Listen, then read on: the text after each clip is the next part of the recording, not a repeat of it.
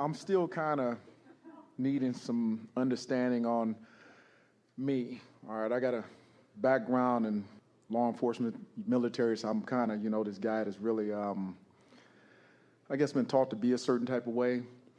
So what I'm trying to understand... Helpful, uplifting, yes, caring, yes, all that's looking in for there. the good of the whole. Yes, yeah. most definitely. Yes. What they call it, sheepdog.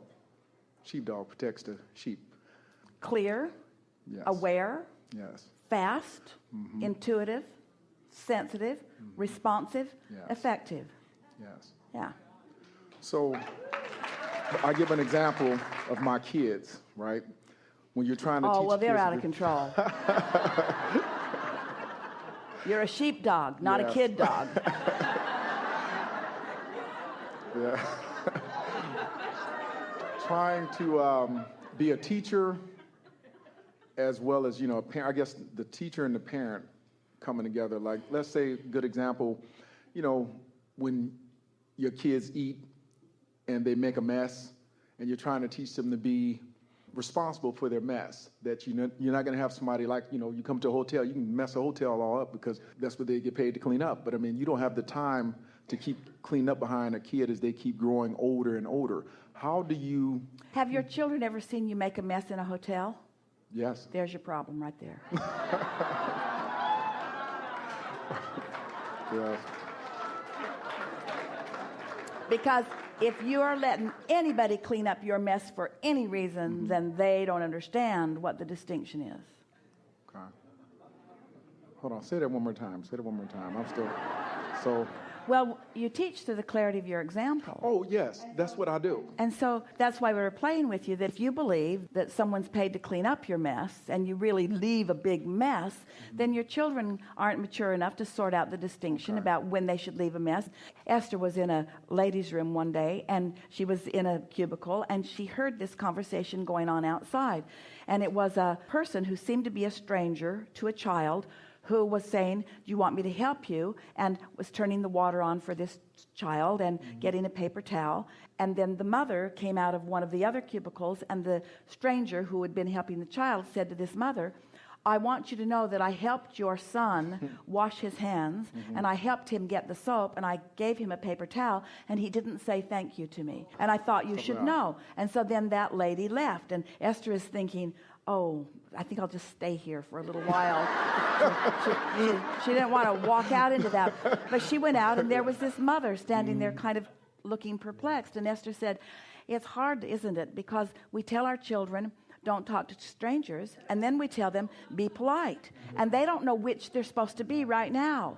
In other words, we give them mixed messages without even knowing that we're doing it. And children take everything very literal, and they are learning much more from what they're seeing. And so if you decide that you're going to teach through the clarity of your example, and then when they ask, you give them the words that reinforce your action, then that's a much less contradictory way of helping them to understand. Okay, so say the last part.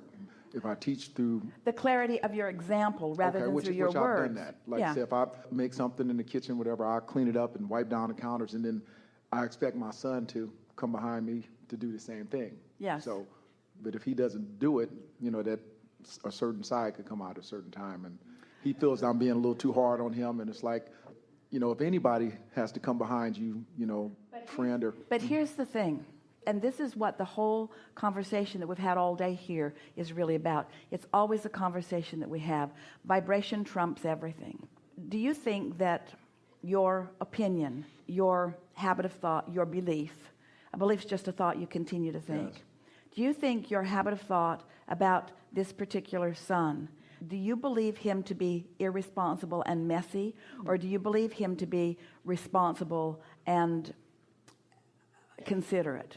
I think he's responsible and considerate, but like I said, sometimes he doesn't behave that way. But you have to decide whether his behavior is going to set the tone for how you believe him to be, because how you believe him to be is what you're going to evoke from him. And so the key is to see him as considerate, even when he's not.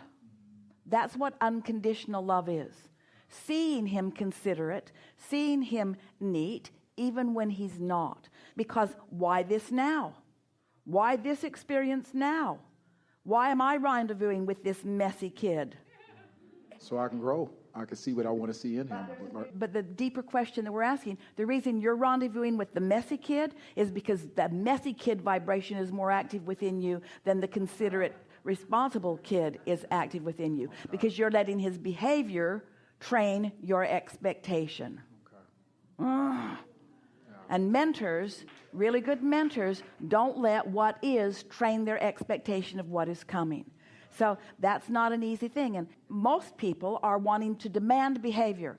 But when you demand behavior that your vibration isn't asking for, now you're causing confusion in the people that you're demanding it from. That's what makes people nuts out there. You could have a conversation. You could say to him, you know, every day I practice thinking how neat and considerate you are, but you make it hard. The mess you left makes it hard for me to really know how considerate you are. But in my heart of hearts, I know you're a considerate kid. I know you're a responsible kid because mostly you are. And so I'm going to let this slide because I know it's an anomaly, something like that, so that you continue to maintain your positive, clear expectation of their thriving. And I think, like I said, it comes from, like I said, the childhood, how you were dealt with, so you bring the same philosophy to your kids. Yeah, but you that don't was yell. Yeah. But sometimes you don't see it until... But you know, yeah. we have whole hotel rooms full of people who are recovering from their childhood. Yeah. Mm-hmm. Wouldn't it be nice to have some children that don't have to do that? Yeah, exactly. I don't think it's going to happen. Yeah.